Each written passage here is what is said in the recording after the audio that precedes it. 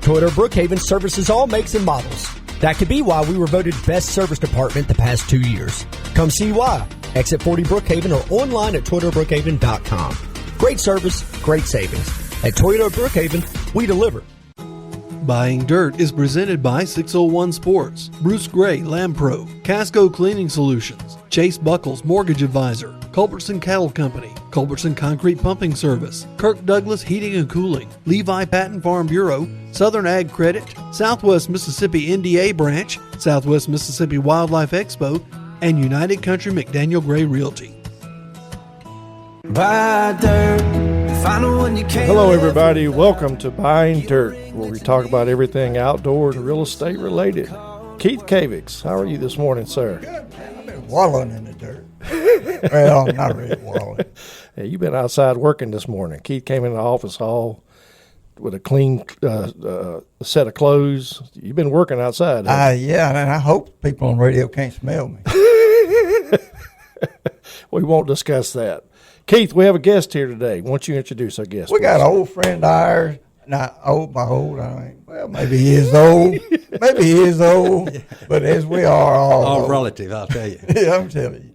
But Mr. John Case, he comes to us out of Slidell, Louisiana, but he harkens from Lincoln County down to Bogachita area. And I'm just, John, good to have you with us. It's great to be back. It's always good to come home. I'm telling you, it's always good to have you back with us. And tell us a few things about yourself, and what you had going on lately. Well, a lot of people ask me, say, John, are you from Brookhaven? Are you from Bogachita? And, you know, and I have to kind of hesitate because I'm from Bogachita. I was born and raised a mile north of the Ritz Cafe in Bogachita. But I went to school in Brookhaven, and there's an interesting story about that. I got in the first grade, and my mother and daddy, you don't ask questions when you're in first grade, especially if your parents, you don't question them. We didn't back then anyway. Sure. So anyway, you're going to Brookhaven School, and I didn't ask. I went to Brookhaven School, and that was quite a process. You had to get a transfer to be able to come out of the school district, and you had to pay tuition, which we really didn't have the money to do, but I didn't know that. But I went to Brookhaven to school, but the next year we couldn't get a transfer, so I had to go to Bogachita to school. The third year we went back to Brookhaven, and I stayed there the rest of my career.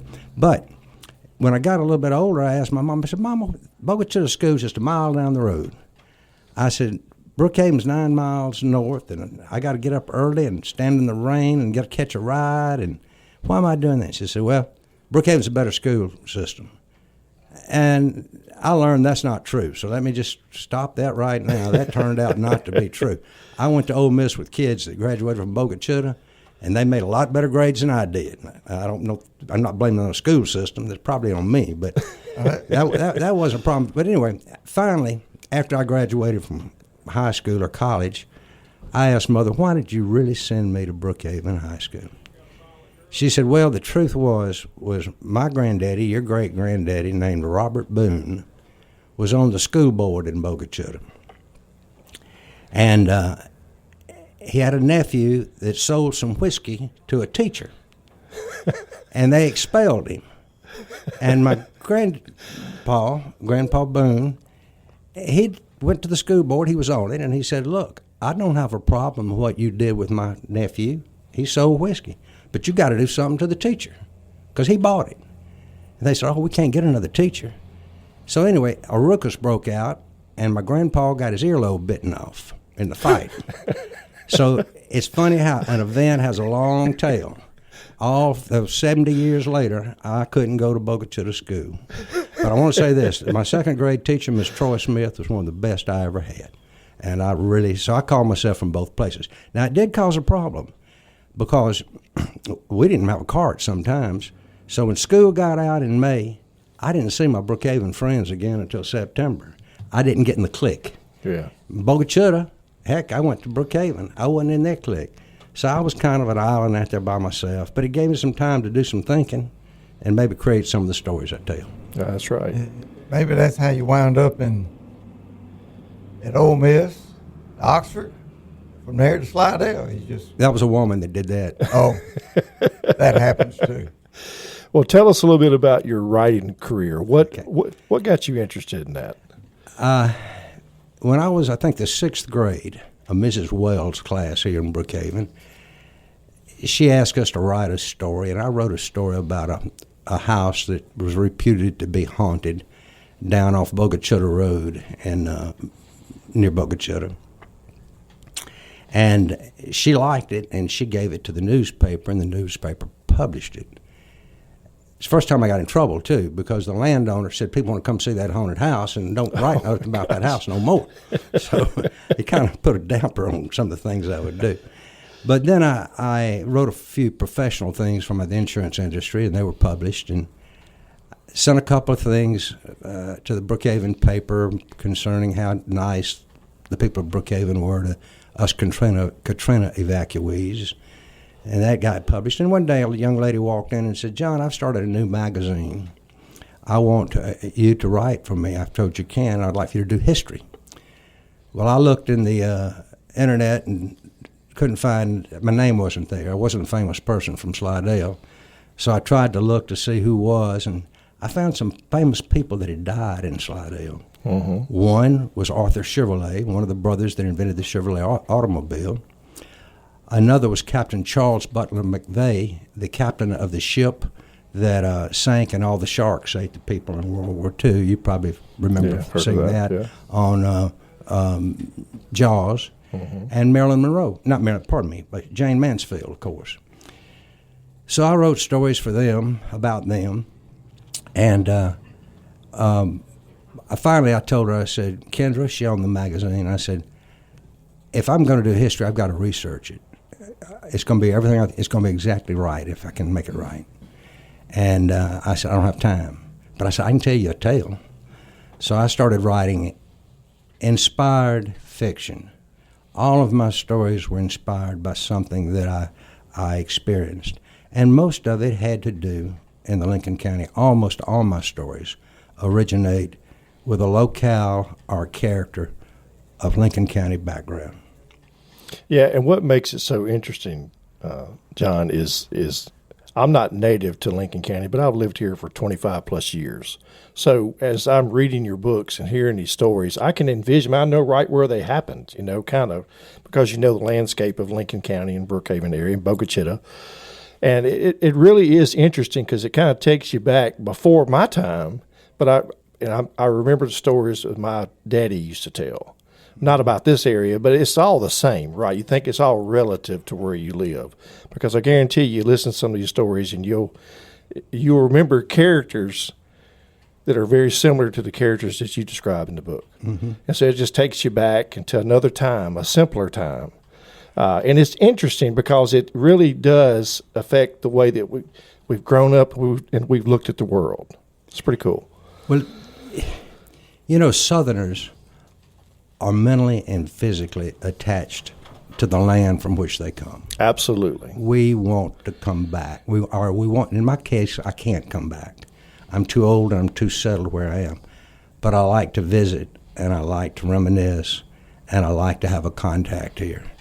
And I like to tell the stories that I learned here. That's right.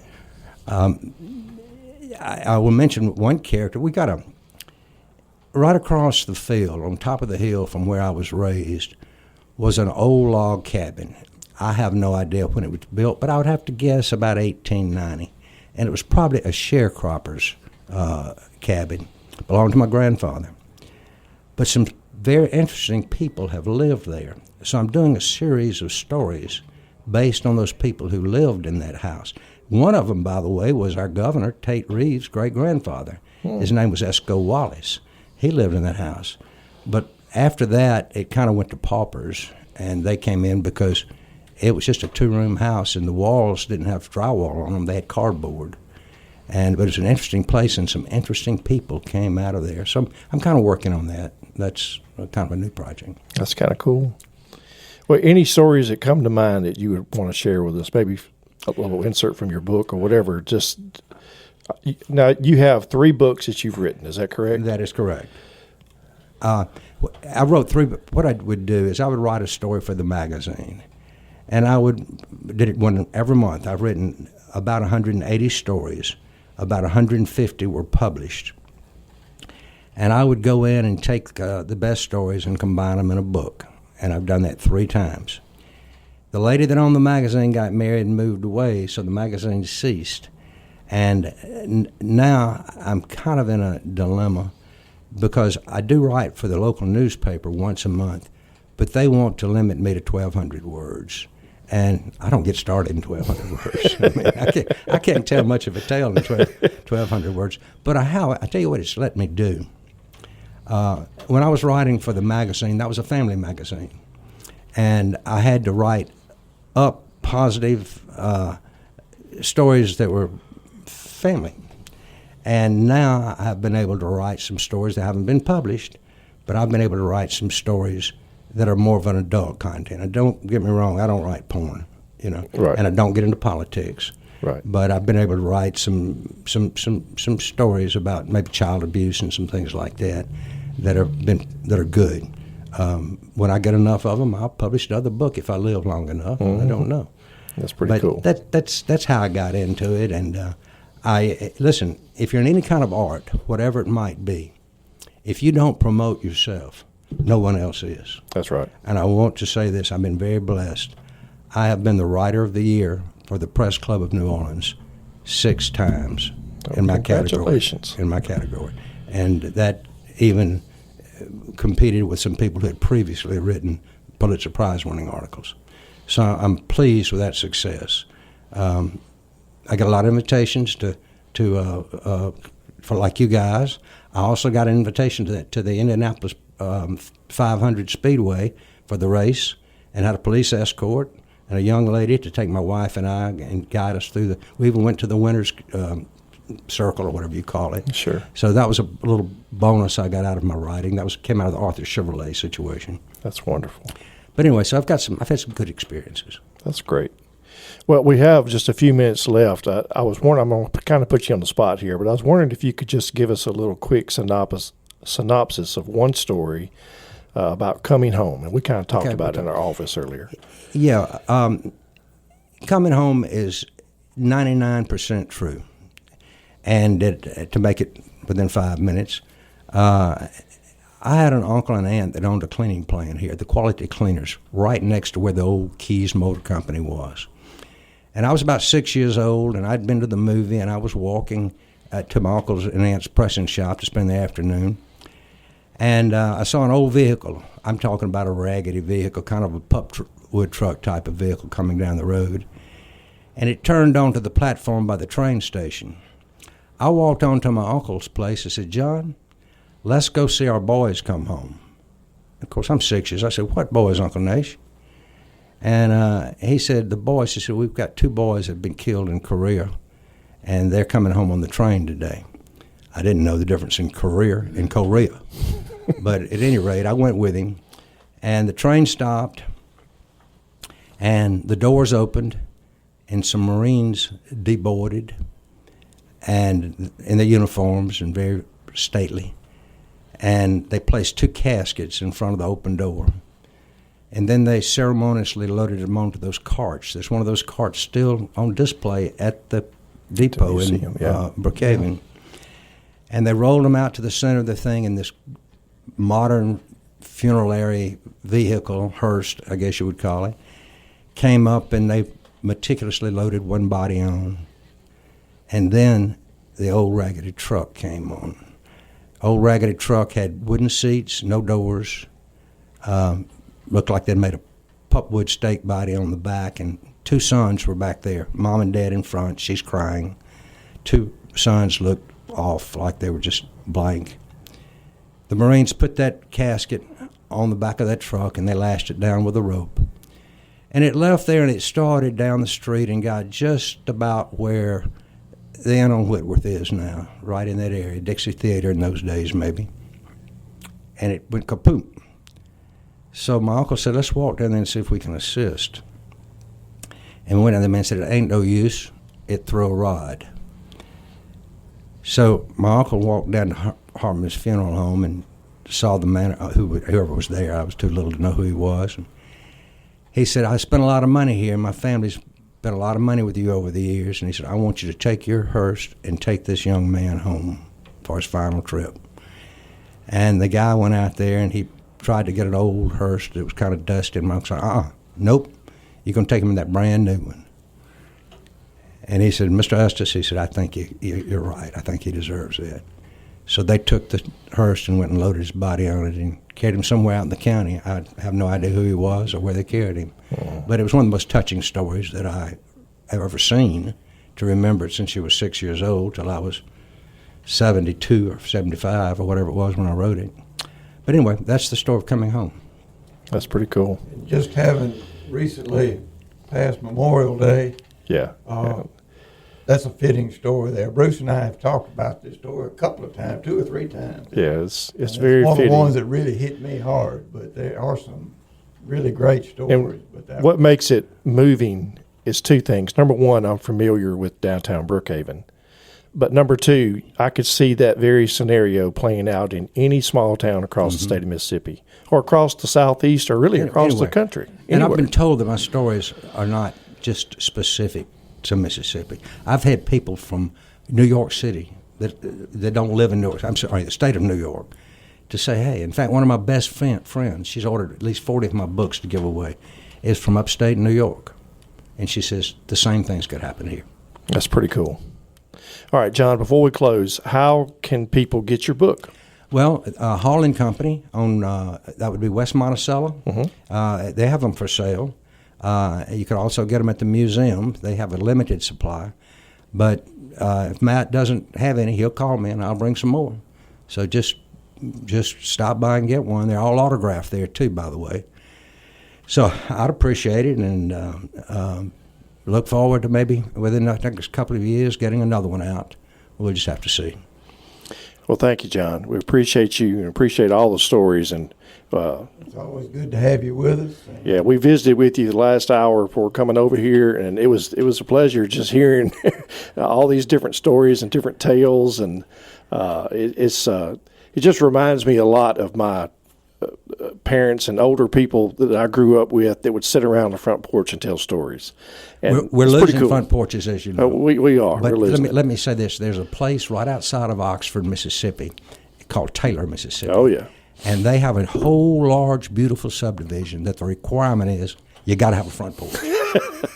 That's a good thing to have for sure. You need to see my house. It's about 90% porch. My house is 14 by 60. I got a kitchen. I mean, a barbecue grill on one end with a fireplace, and I got an elevator on the other end. But other than that, it's 14 by 60. That's great. Screen. That's great. Well, thank you very much. Thank you. Thank you. It's good having you. I'll come back anytime because I love to come home. Well, I appreciate you. Thank you. We love having you home. Y'all have a good week, and we'll see you next week right here on Buying Dirt.